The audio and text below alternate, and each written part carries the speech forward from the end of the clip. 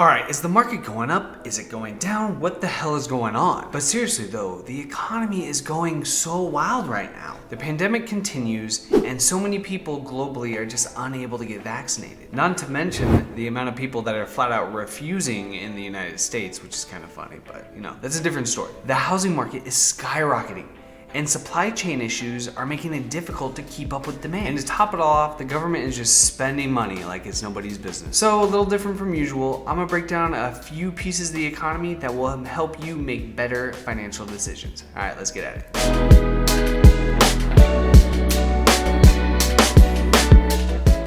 All right, there are a few pieces of the economy that I feel are major contributors to what our current state is. First, let's look at the Consumer Price Index, or the CPI. This is a list of commodities that really can gauge on where the economy is when it comes to inflation. And the thing with these commodities is these are not commodities that you're more likely to purchase more of if you have more money coming in. So it doesn't consider real estate or stock investments. It considers things like milk, eggs, cars, things like that. And the reason real estate and investments are not part of this CPI is the fact that wealthier people may buy more real estate or investments as they get more and more money coming in and things are good, but poorer people don't have that luxury. But you know what richer people do not buy more of? More eggs, more milk, more flour, stuff like that as more money is coming in because it's gonna go back. So that's why tracking these prices will give you a better indication of the inflation in the market. And the government tracks these changes to give you a representation.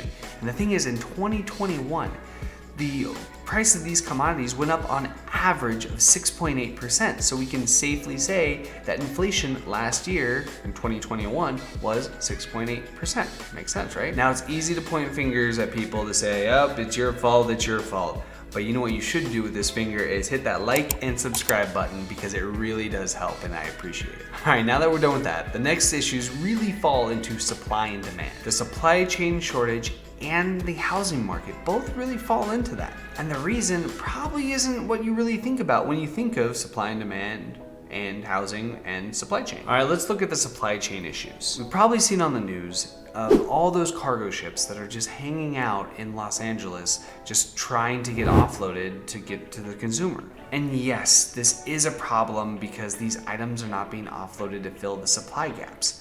But really, there's also something else that may be causing a shortage. As many of you know, there is a supply chain shortage because of the pandemic. Many companies during the start of the pandemic slowed production because they figured that a lot of people, a lot of consumers out there would stay at home and not go out shopping. But what happened? We freaked out, the government printed a lot of money, and we went out and went on huge shopping sprees. In the beginning, pimp your crib was kind of a highlight of the pandemic. And this just only contributed to the supply chain shortage because there wasn't so much supply to meet this new demand with all the money. But what you don't see is further up the supply chain is actually another contributor that is going to make this prolong just a little longer than we want it to. And this is the vaccine shortage in countries like third world countries that don't have access to healthcare like we do in the States. Wait, shortage? What do you mean? You can go to Walgreens right now and get a shot and I'm out. Well, that is true in the good US of A, but in third world countries, they don't have that luxury. And a lot of these countries are struggling just to get access to the vaccine. So how does this affect supply chain shortage? Well, where do you think the factories are for a lot of these products that we buy here in the US? You guessed it, third world countries. Lower income countries only have a 7.1% vaccination rate. So what does that mean? That means a lot of these countries are putting very strict regulations on the factories to try to get COVID under control. And until there's more vaccines readily available, then they're gonna continue operating at a limited capacity. So don't expect a backfill of these microchips anytime soon. Okay, let's hop over to the housing market for a second. Have you looked to buy a house recently? Like, holy crap, the prices have gone up so much recently. And I know what you're probably thinking, that some big corporation is buying up all the properties for their investments and it's not leaving any for any average person to buy their first home. But in reality, these companies are not the largest contributor to the price increase. The two biggest contributors to the housing market increase are, once again, the pandemic and then also historically low interest rates. According to Realtor.com, America is actually short 5 million homes. Like, how could this happen? Well, just like the rest of the companies, when the pandemic hit, construction companies were like, crap, we need to slow down and halt production.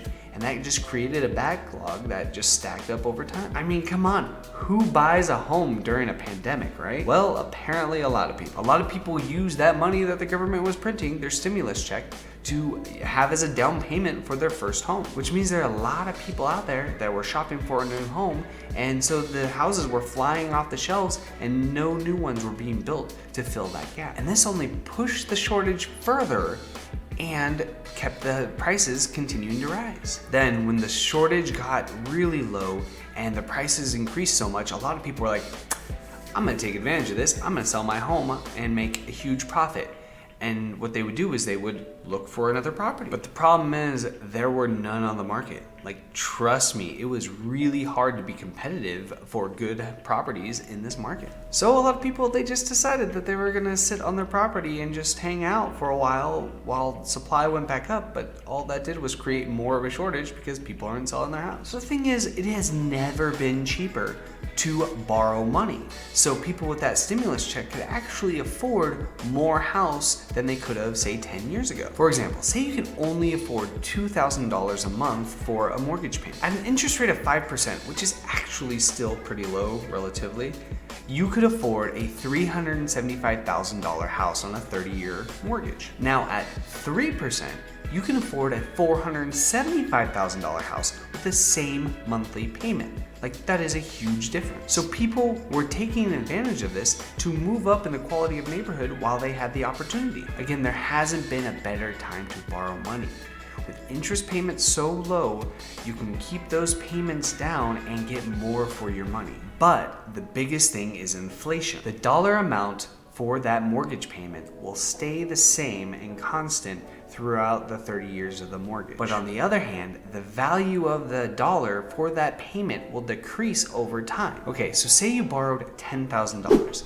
At a 6.8 inflation, the value of that loan would be $9,942 in today's dollars. So that means if you were to use that money to purchase assets, then it could be a hedge against inflation. Even if your investment matched inflation and you had a 3% loan, then you're actually making 3.8% on your money, which is better than any savings account. So holding on to your money is actually a horrible thing to do in this economy, because your money in your savings account may be only going up by 0.5%, but inflation is going up 6.8%, so you're losing money every day. The best thing to do, in my opinion, is invest it wisely. And that about does it. So what do you think? Are there other contributors to what's going on in the economy right now? Let me know below in the comments. And again, don't forget to like and subscribe. Happy New Year.